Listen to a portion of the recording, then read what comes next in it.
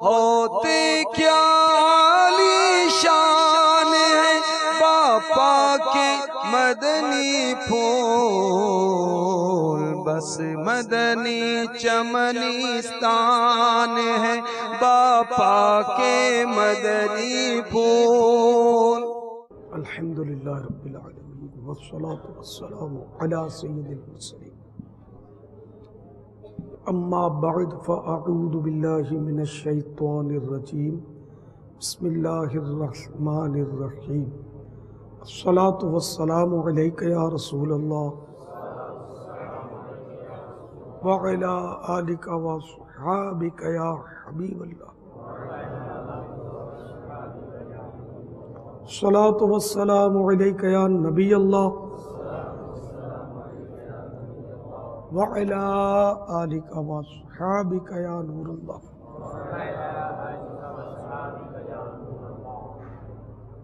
अल्हम्दुलिल्लाह, दावत इस्लामी के मदनी माहौल की बरकत से आज दुनिया भर में आशिकान रसूल सुन्नतों पर अमल करते नज़र आ रहे हैं।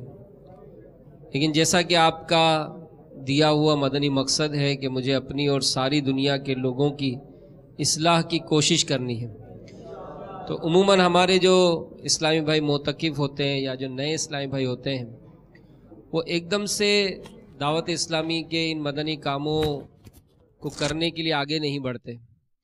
तो वो क्या ऐसा जज्बा हो या वो क्या ऐसी सोच हमारी बने कि सुन्नतों की खिदमत के लिए हम सब मुंतखब हो जाएं। पापा, इस बारे में कुछ हमारी तरबियत फरमाएं। जब भी कोई काम करना हो तो उसके फ़वाइद पर नज़र हो, तो वो काम करना जो है ना वो थोड़ा सहल होता है, उसमें जज्बा मिलता है। तो इसी तरह वो मदनी काम करने के लिए भी अगर इसके फ़वाइद, इसके फ़ज़ाइल मालूम हो या इसका मुताला हो तो इसकी काफ़ी तरगीब रहती है। जैसे कि नेकी की दावत देना, तो वो हदीस शरीफ में है कि नेक अमल पर उभारने वाला नेक अमल करने वाले की तरह है। तो इसलिए आप अगर ये नेकियों पे लगाते रहेंगे तो नेकियां ये करते रहेंगे और आप नेकियां करने वाले आप भी हो जाएंगे कि इनकी नेकियों का इन्हें इस तरह कहने का आपको सवाब भी मिलेगा। फिर ये कि नेकी की दावत देना, किसी को नेक बातें बताना, ये वो अमल है जैसे कि गुफ्तगू का क़यामत के रोज़ हिसाब है। लेकिन जो अमरुम बिल मारूफ किया जाता है, नेकी का हुक्म देना, तो इसका क़यामत के रोज़ हिसाब नहीं है इस गुफ्तगू का। ये भी कोई छोटा फ़ायदा नहीं है, वरना ये कि ये बात क्यों की, किस लिए की, किस तरह की, सवालात होंगे क़यामत के रोज़। इस तरह ज़िक्रुल्लाह, अल्लाह का ज़िक्र करना, इसका भी क़यामत के रोज़ हिसाब नहीं है।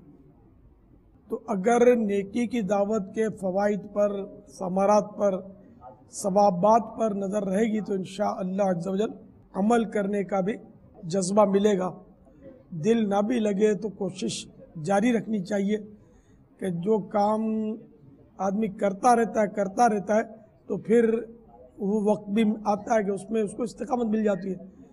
जैसे एक बुज़ुर्ग का इरशाद है कि मैं रात को इबादत जाग कर करता रहा, 20 साल तक मेरा दिल नहीं लगा, लेकिन मैं छोड़ा नहीं, मैं करता रहा। तो अब मैं 20 साल ऐसे मैंने गुजारे कि जिसमें मेरा दिल लगा, मुझे बड़ा सुरूर आया, रूहानियत मिली। तो ये काम करते रहना चाहिए। नौकरी भी करते हैं, दिल कहाँ लगता है, बैठे बैठे खाने को जी चाहता है, तो नौकरी करते ही है ना। तो ये भी हमारी नौकरी है, यूँ समझ लीजिए। नेकियां मिलती हैं, हमको नेकियां चाहिए। जिनको नोटे चाहिए वो भागदौड़ करते ही है ना, तो नेकियां चाहिए वो भी भागदौड़ करें।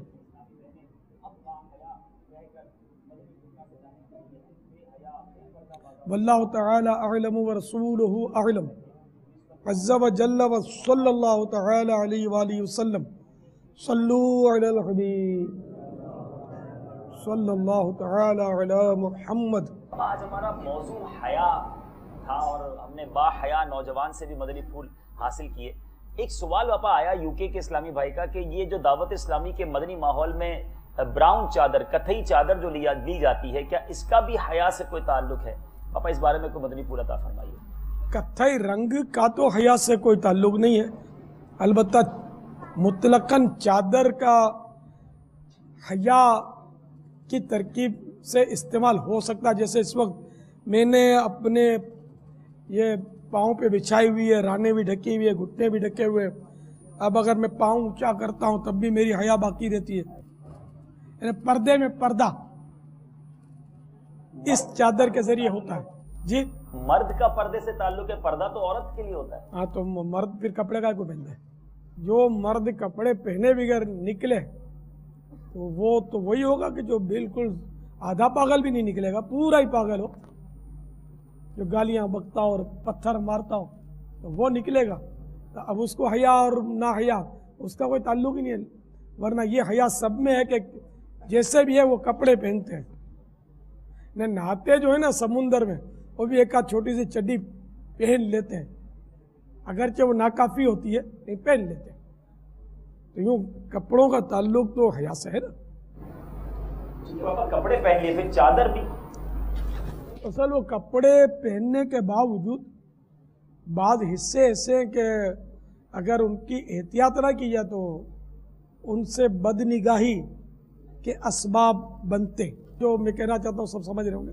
तो इसलिए पर्दे में पर्दा हो तो वो भी चीज़ें छुप जाती हैं। इस्लामी बहनों को भी करना चाहिए? इस्लामी बहनों को ज़्यादा करना चाहिए, क्योंकि इनकी बेचारियों के एक तो कपड़े गलत, आधी आस्तीन तक पहनती हैं, वो भी टाइट, आधी आस्तीन भी टाइट होती है, इनके फ्राक भी टाइट होते हैं, लिबास मर्दों के मुकाबले में ज़्यादा टाइट होते हैं। इनको पर्दे की ज़्यादा ज़रूरत है। अल्लाह वो दिन करे कि मेरी दावत इस्लामी की इस्लामी बहनें यहाँ आस्तीन का बाइकाट कर दें, पूरी आस्तीन का ये लिबास मेरी दावत इस्लामी में अभी तक राइज नहीं है, ये राइज हो जाए। इस्लामी बहनें अगर सुन रही होंगी तो इंशाअल्लाह वो ज़रूर कोशिश फरमाएंगी कि ये राइज करें, अगरचे बहुत मुश्किल है। जितनी फैशन इस्लामी भाइयों में ना, ये इस्लामी बहनों के फैशन के मुकाबले में 1% भी नहीं होगी। जितनी इनमें तराश खराश, जितने बेल बूटे, जितने रंग और जितनी वो टिप टाप इनमें होती है, इस्लामी भाइयों में कम है उसके मुकाबले में। तो इनका फुल आस्तीन का हो, लिबास जो वो ढीला हो, तो जिसके हया का जनाजा उठ जाएगा वही चुस्त लिबास की तरकीब करके निकलेगी। कोई गैरतमंद औरत तो नहीं निकल सकती। तो ये यूं तरकीब होती है, चुस्त लिबास ये नुमाइश के लिए नहीं है तो क्या है, हया के तो बिल्कुल उलट ही हुआ ना। मकसद ही इसका ये है कि लोग देखें, तो दावत गुनाह दे रही है, दावत नज़ारा दे रही है तो सख्त गुनाहगार होगी शायद। हाँ, घर में अपने शोहर के लिए करेगी तो ठीक है, कोई हर्ज नहीं है कि शोहर के लिए वो जायज़ शरीयत के दायरे में रहकर जितनी भी जीनत करे वो करे। बाकी किसी और के लिए जीनत की औरत को इजाज़त नहीं है, लेकिन शोहर के लिए वो अपने गाभे में लिपटी रहती है और बाहर निकलती है तो आधे घंटे तक वो आईना तोड़ देती है, लगी रहती है अपने वो टिप टाप में, और बाहर निकलती है और शैतान उसको झांक झांक के देखता है और शैतानी सिफत लोग उसका पीछा करते हैं, उनकी नज़रें पीछा करती हैं। कितना खतरनाक इनका अमल है। और ये दोनों पार्टियां जो है, ये औरतें निकलती हैं, अब मर्द बोले निकलती क्यों, मैं देखूंगा। भाई ठीक है, इसने बुर्का उतार दिया हया का, तुम अपनी आंखों को हया का जामा पहना दो, इसको नीचे कर लो। कुल लिल मुमिनीना यगुद्दू मिन अबसारिहिम, मोमिनों से फरमा दो कि अपनी निगाहें कुछ नीची रखें। तो कुरान की आयत है, निगाहें नीची रखने का हुक्म, कि जबकि औरतें हों या इस तरह का कोई बदनिगाही का सामान सामने असबाब है तो अपनी निगाहों को नीचे। अब ये क्यों निकली है मैं देखूंगा, तो फिर दोनों ही जहन्नम का सामान कर रहे हैं। अगर वो इसलिए निकली है कि लोग इसको देखें और बेपर्दा है वो, तो पता है कि अजनबी मर्द हैं तो वो गुनाहगार तो वो भी, आप भी हैं। अगर देखेंगे तो कसदन देखेंगे तो, हाँ नज़र अचानक पड़ गई और फौरन लौटा ली तो गुनाह नहीं है, और अगर अचानक पड़ गई और अब देखे की है तो भी गुनाह, और निकली और इरादतन पहली नज़र डाली पता है और फिर भी डाली तो फिर गुनाहगार। भाई कहते हैं पहली नजर माफ है, तो वो पहली नजर हटाते ही नहीं है। हाँ, वो जहालत है और शैतान के मशवरे से ऐसा हुआ है, वरना शरअन ऐसा नहीं है। पहली नज़र अगर अचानक पड़ी तो फौरन उसको हटा ले नज़र को तो माफ है, वरना अब देखे जाएगा तो गया।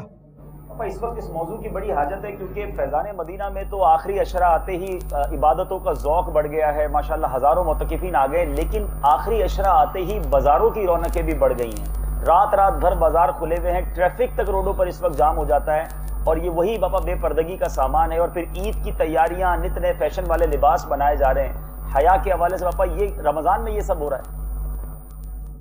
हाँ, ये बाजारों में भीड़ का सबब जो है ना, एक तो बेपर्दा जवान औरतों का निकलना, फिर बेहया नौजवानों का सिर्फ इसलिए बाजार का रुख करना कि ये खरीदारी न इनको करनी होती ना इनको करनी होती है। बाज औरतों का ये मामूल होता है कि खाना वगैरह खाकर, हो सकता है ये रोज़ा भी रखती होंगी, इफ्तार भी करती होंगी, तरावी भी पढ़ती होंगी, लेकिन ये मामूल होता है इनका कि ये खाली पर्स लेकर, पर्स में टका होता नहीं है, खाली पर्स लेकर निकलती हैं बन ठन के, बाज़ार की रौनक बढ़ाती हैं और जान जान के भाव पूछेंगी और ये बहस करेंगी उनसे और ये घूम फिर के चली जाती है। मामूल होता है इन दिनों में। तो एसियों को देखने के लिए ये नौजवान भी बाज़ारों में जाते हैं, उनको भी कुछ ख़रीदारी से ताल्लुक़ नहीं होता। तो ये दोनों तरफ से ये अल्लाह करे हमारी इस्लामी बहनें निकले ही नहीं। अगर हमारे इस्लामी भाई ज़रूरत की चीज़ें ख़रीद कर ला दें और इनको समझा देंगे, हम ला देंगे, हम क्या ऐसी वो तरकीब करें ना तो तरकीब बन सकती है। अल्लाह अल्लाह अल्लाह, अब आप दुआ फरमा दे, अल्लाह ताला हया अता फरमा दे। अल्लाह अल्लाह हया अता फरमा, हम सबको हया की ज़रूरत है। अस्सलामु अलैकुम वरहमतुल्लाहि वबरकातुहू। अस्सलाम वरहमतुल्लाहि वबरकातुहू।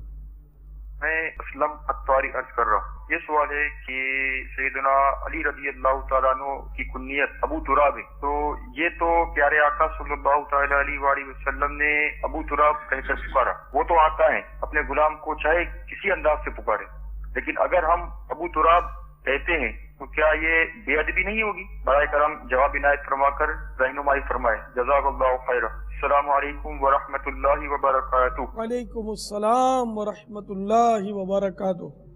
ये बेअदबी नहीं बल्कि मौला मुश्किल कुशा के लिए एजाज़ हो गया कि ज़बान मुस्तफ़ा से जो निकला वो ज़बान ज़दे हर खासो आम हो गया। तो ये उनकी शान है। अबू हुरैरा रज़ी अल्लाह तआला अन्हु, ये उनका लक़ब है बिल्लियों वाला। तो ये बेअदबी इसको नहीं कहते, उर्फ का बड़ा ताल्लुक होता अदब और बेअदबी का।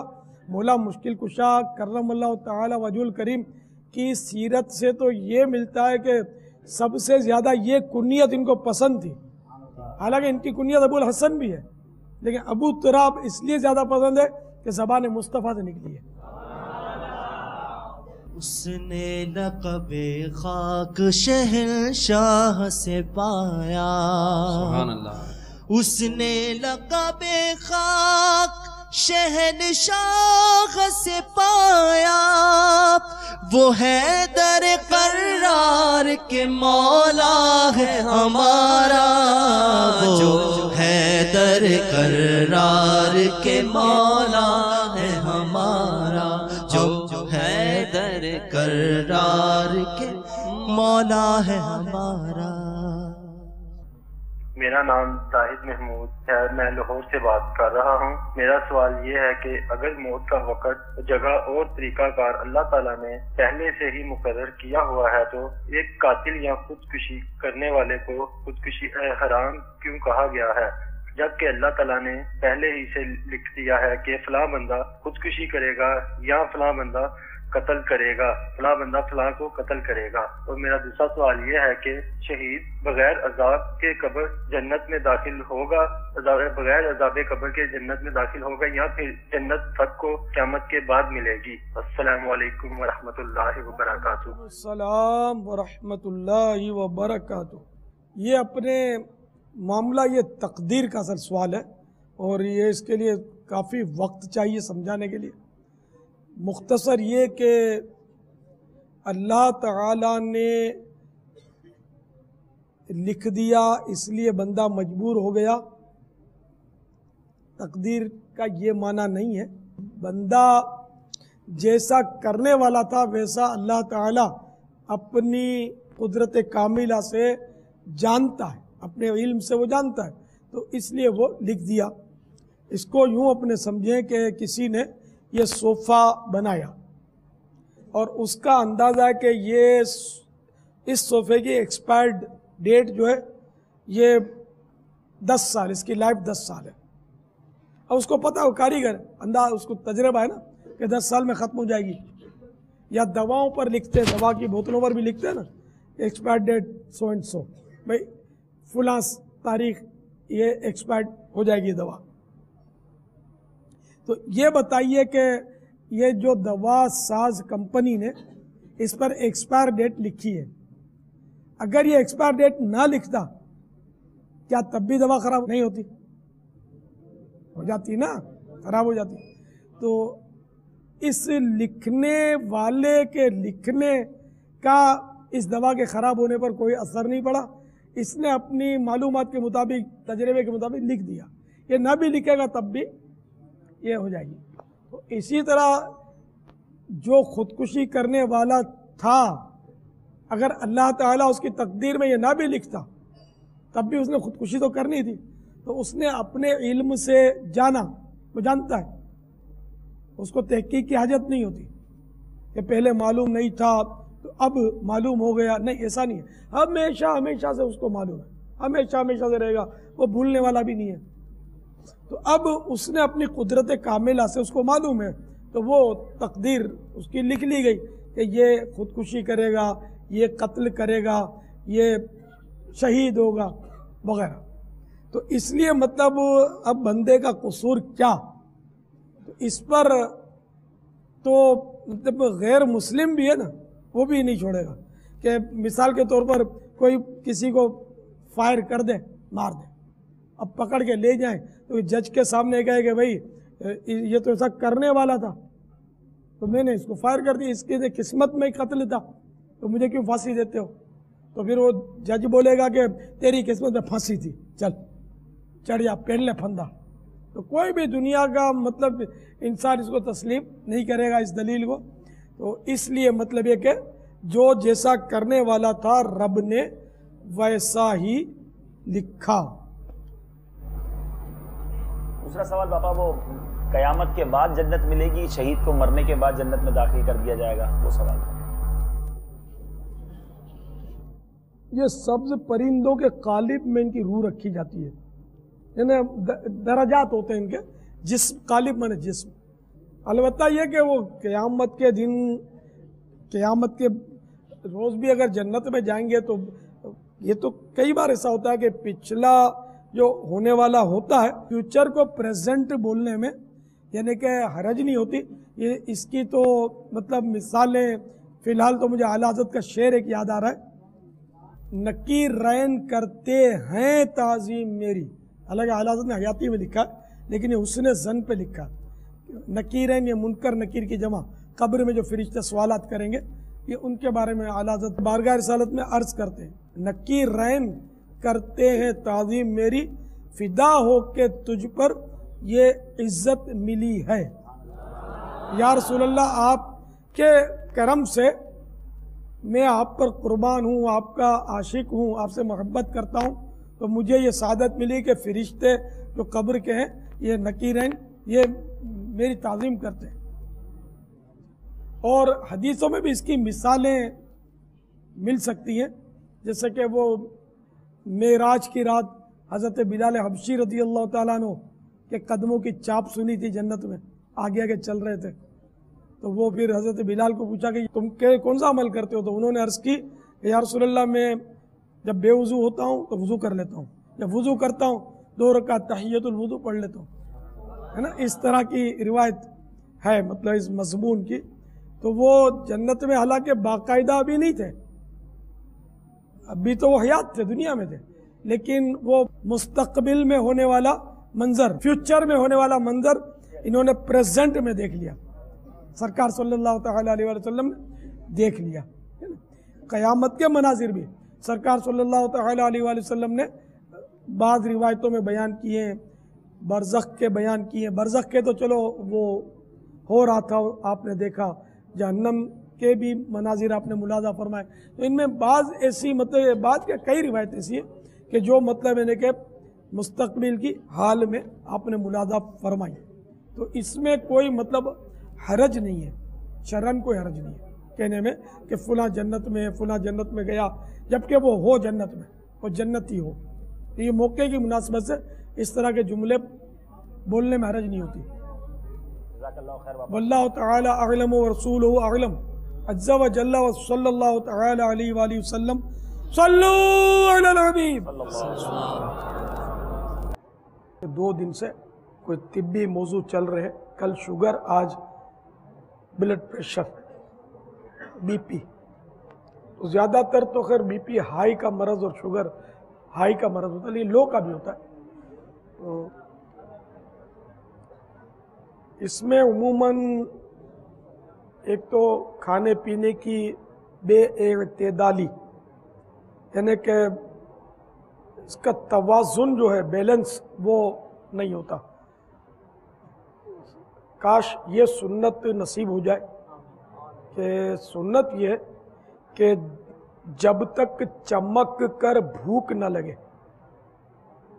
यानी खूब भूख न लगे, उस वक्त तक खाना सुन्नत नहीं है। अच्छा, अब कैसे पता चले कि ऐसी भूख? इसकी मिसाल हुज्जतुल इस्लाम इमाम मोहम्मद गज़ाली अलैहि रहमतुल्लाह वाली ने ये दी है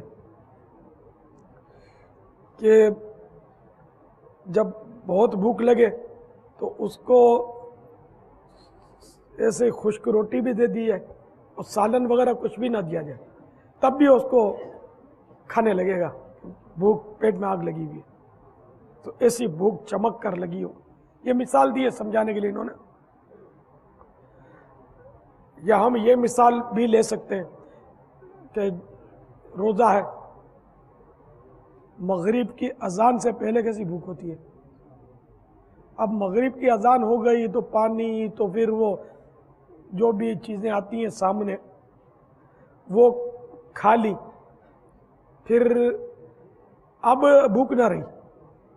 अब खाना जो हम खाते हैं वो ज़ाहिर है कि भूख में नहीं खाते, अब शौक में खाते हैं। तो बाज़ लोग फिर वो अपने तरावी पढ़ के खाते हैं, मगर वो ये कहते हैं कि मैं तरावी पढ़ के खाता हूँ, इससे पहले खाना नहीं खाता। हालांकि मगरिब के अजान वक्त जो ये खाया, ये खाने की तो चीज़ें थी, बल्कि ये उस नॉर्मल खाने के मुकाबले में घर का जो नॉर्मल खाना हो, तो हर घर में नॉर्मल खाना नहीं होता, बहुत ही ऑयली होता है और तला हुआ और हर तरह का उसमें डिशें होती हैं। तो घर के नॉर्मल खाने से इफ्तार में जो कबाब, समोसे और कच्चे पक्के चने जो होते हैं बाज़ारों के, वो तरह तरह की बाज़ारी आइटम है। तरह तरह की बाज़ारी आइटम तो बाज़ारी होती है, घर की होती है। घटिया से घटिया मसाला उन्होंने इस्तेमाल करना है, घटिया से घटिया या बुढ़िया से बुढ़िया, यानी बूढ़े जानवर का गोश्त उन्होंने इस्तेमाल करना है जो कबाब समोसे में। तेल भी गला सड़ा कई दिन का चल रहा होगा और सस्ते में सस्ता उन्होंने, क्योंकि उनको कमाना है। मैं जनरल बात कर रहा हूँ, हर एक ऐसा करता हो ही ज़रूरी नहीं। तो ये घटिया से घटिया चीज़ें खाई, वो भी ऑयली, फिर डीप फ्राई, फिर फास्ट फूड। अब ये मगरिब के वक्त ये सब तो खाया आपने अजान के वक्त। हालांकि इफ्तार के वक्त 10 लाख वो गुनाहगार बख्शे जाते हैं, जहन्नम से आज़ाद किए जाते हैं कि जिन पर उनके गुनाहों के सबब जहन्नम वाजिब हो गया होता है। लेकिन हम खाने के पीछे ऐसे ख्वार होते हैं कि दुआ मांगना याद ही नहीं रहती। अरबी में दुआ रट भी लियो ना, वो अल्लाहुम्मा इन्नी लका सुमतो व बिका आमनतो व अलैका तवक्कलतो व अला रिज़्क़िका अफ़्तरतो, तो वो भी याद नहीं रहती, पढ़ना भूल जा। हालांकि चाहिए ये कि एक आध घूंट की पिया, 3 घूंट पानी के पी लिए, अब दुआ में मशगूल हो जाए। लेकिन ये हमारी हिर्स, हम दुआ में मशगूल होंगे तो लोग खाने में मशगूल रहेंगे, हम रह जाएंगे। तो अब ये कि हम वो खाने पर हाथ रखते हैं, काश दुआ पे हाथ रखते हैं कि ये हमें जन्नत दिलाएगा, जन्नत की नेमतें खिलाएगी दुआ, और ये खाना हमें डॉक्टर खाने पर पहुंचाएगा, दवा खाने पहुंचाएगा या अस्पताल पहुंचाएगा। तो बहरहाल ये कि एक तो ये फिर रात को खाते हैं तरावी के बाद, वो भी आम तौर पर इन दिनों में वो भी सादा नहीं होता, अक्सर जैसा भी होता आप समझते हैं। फिर खाने का अंदाज जो है ना वो दुरुस्त नहीं है। छोटा निवाला किसको बोलते हैं ये अभी तक मैंने नोट किया कि समझ पड़ती नहीं है। कितने साल से मैं ये छोटे निवाले की मिसालें देता हूँ, कई बार दिखाता भी हूँ, लेकिन अब मेरे साथ जो मिलके खाते हैं मैं उन्हीं को देख सकता हूँ कि कभी कभी देखता हूँ तो मुझे हैरत होती है इन बेचारों का बनेगा क्या। इतनी बड़ी बड़ी रोटी का टुकड़ा, एक टुकड़े का दूसरा टुकड़ा, तीसरा टुकड़ा, यूँ करके फिर यूँ ये बिल्कुल मोड़ कर इसको फोल्ड करके शायद यूँ समझ आएगा अभी छोटा हो गया। तो ये मुंह के दाखिले के लिए छोटा नहीं करना, मुंह तो पूरी रोटी चली जाएगी। ये इधर का एक तो दाखला, इधर का दाखला भी अपने समझे कि इधर से भी थोड़ा थोड़ा थोड़ा करके उतर जाएगा। अंदर जो रबड़ की मशीन, मैं इसको रबड़ की मशीन कहता हूँ, ये नरमो नाजुक मशीन है, वो पीसेगी कैसे इसको, फिर ये पीसेगी कैसे, फिर चबाते नहीं है तो जल्दी अंदर उतर जाता है। तो हाजिम लुआब यहाँ से निकलता है, वो अंदर वो मिक्स नहीं हो पाता, चबाते सही नहीं है जल्दी जल्दी में। तो यूँ फिर हमारा ये जहन होता है कि खाली वो चीनी वाली कोई चीज़ खाएंगे तो ही शुगर होता है, नहीं, इन ग़िज़ाओं में भी शुगर होता है। ऐसी बहुत कम ग़िज़ाएँ होंगी जिनमें शुगर ना हो, तकरीबन सभी में शुगर कम ज़्यादा शुगर। रोटी में भी शुगर होता है, चावल में तो इससे ज़्यादा होता है शुगर, फल फ्रूट में शुगर, कबाब समोसे में भी शुगर मिलेगा आपको, आटा होता है इसमें, यानी कि मिकदार कम लेकिन कोलेस्ट्रॉल ज़्यादा होता है कबाब समोसों में, कि वो तेल वो भी फ्री रेडिकल्स उसमें बनती हैं जब ये कड़कड़ाते हैं तेल को, तो जिसका हम शौक से खाते हैं। तो यूँ तरह तरह के अमराज के साथ साथ इसमें शुगर लेवल जो है ब्लड का वो भी बढ़ता है, और फिर जब ये बढ़ता है तो फिर बड़ा मसला करता है। फिर मीठी डिशें अलग, शरबतें अलग, और फिर इनकी तरतीब भी नहीं। हालांकि मीठी चीज़ जो है वो खाली पेट में खानी चाहिए, खाली पेट में मुफीद है, मुतदिल अंदाज में, ओवर लिमिट नहीं, तो वो फ़ायदा करती है, आँखों को भी फ़ायदा करेगी और भी बहुत इसके फ़वाइद हैं। तो खजूर के खास ये फ़वाइद लिखे हैं। और वैसे मीठी चीज़ एक आंत ऐसी है अंदर में अपने कि वो सिर्फ मीठी चीज़ कबूल करती है, उस मीठी चीज़ के लिए ये किताबों में लिखा है, तिब की किताबों में। तो अब ये कि हम मीठी चीज़ आम तौर पे हमारे यहाँ मीठी डिश आखिर में खाई जाती है, ये तिब्बी उसूलों से गलत है। एक ये फिर खाकर ये मैं बैठ गया, आप भी बैठ गए, चलो ये आजकल बैठ गए, रोज़ बैठते हैं, मूवमेंट नहीं है। अब बैठ जाएंगे तो ये अंदर निज़ाम जो है ना इसका गड़बड़ करेगा, चलना नहीं है। अच्छा मस्जिद में नमाज पे क्या के, अच्छा स्कूटर पे जाते हैं, स्कूटर से वर्जिश थोड़ी होती है, साइकिल पर जाते होते तो कुछ बात और होती, पैदल भी नहीं जाते, फिर थोड़ा सा पैदल चल लिया वो भी काफ़ी नहीं होता। पैदल भी इसके भी उसूल है, एक किस तरह पैदल चलना चाहिए उसका एक अपना अंदाज होता है। तो ना पैदल चलते हैं ना मशक्क़त का काम करते हैं, खासकर जो दफ्तरी कामकाज करने वाले होते हैं ना, या जो सेठ लोग जो होते हैं, नौकर जिनके काम कर रहे होते हैं, नौकर स्मार्ट होते हैं, भाग दौड़ उठाना रखना कर रहे होते हैं, सेठ साहब खाली ऑर्डर झाड़ते हैं, फिर ये पेट निकलता है बेचारों का, खा के बैठ जाते हैं और ये मोटे भी हो जाते हैं। फिर तरह तरह की बेचारों को बीमारियाँ, शुगर, कोलेस्ट्रॉल, तो ट्राइग्लिसराइड्स, तो पता नहीं क्या क्या, तो बीपी हाई, ये सब इनका बेचारों का हो जाता है। तो खाने पीने से शुगर भी बढ़ती है ज़्यादा खाने से, और बीपी भी हाई होता है, ब्लड प्रेशर। मैं ब्लड प्रेशर का मरीज़ साबिक़ा, मेरा ब्लड प्रेशर हाई रहता था और बरसों तक मैंने दवाएं इस्तेमाल की, और डॉक्टरों ने कहा हुआ था भाई आपको ज़िंदगी भर दवा खानी है, कभी छोड़ना नहीं है। और ब्लड प्रेशर का उसूल यही है कि ये दवा अव्वल तो समझदार डॉक्टर जल्दी शुरू नहीं करेगा, इसको किसी तरह वो कंट्रोल करने का मशवरा देगा परहेजियों के ज़रिए, ब्लड प्रेशर के मरीज जो होते हैं हाई, उनको तेल का इस्तेमाल कम से कम करना है, यानी चिकनाहट कम से कम करनी है, और नमक इसका इस्तेमाल भी कम करें। लो सोल्ट आता है इनके लिए, इन मरीजों के लिए वो लो सोल्ट ये इस्तेमाल कर सकते हैं। ये भी मिलता है लेकिन कम मिलता है, इसलिए कि लोग इसको इस्तेमाल नहीं करते, टेस्ट इससे थोड़ा कम हो जाता है। तो अब ये कि मेरा ब्लड प्रेशर भी हाई रहता था, मैंने भी बरसों तक इसके पाबंदी से दवाएं खाई, लेकिन जब वो पेट का कुफले मदीना वो लिखने का जहन बना, खाने के आदाब और आदाब ताम लिखने में बैठा, तो यूँ तो पहले से भी कुछ रिवायतें तो थी मेरे जहन में, पढ़ी भी थी, कोशिशें भी की थी, लेकिन कामयाबी नहीं होती थी। जब मैंने लिखना शुरू किया तो मैं यार इसका तो अलग चैप्टर बनेगा, तो उसका अलग बाब बना लिया। वो लिखते लिखते लिखते मेरा जहन बन गया परहेजी का, और मैंने परहेजी शुरू कर दी। अल्हम्दुलिल्लाह मेरे हाई ब्लड प्रेशर का मरज जो है वो ख़त्म हो गया। मैंने कार्डियोलॉजिस्ट के मशवरे, डॉक्टर के मशवरे के बगैर दवा शुरू भी नहीं करनी चाहिए और ख़त्म भी नहीं करनी चाहिए, जो दवा रेगुलर हो वो।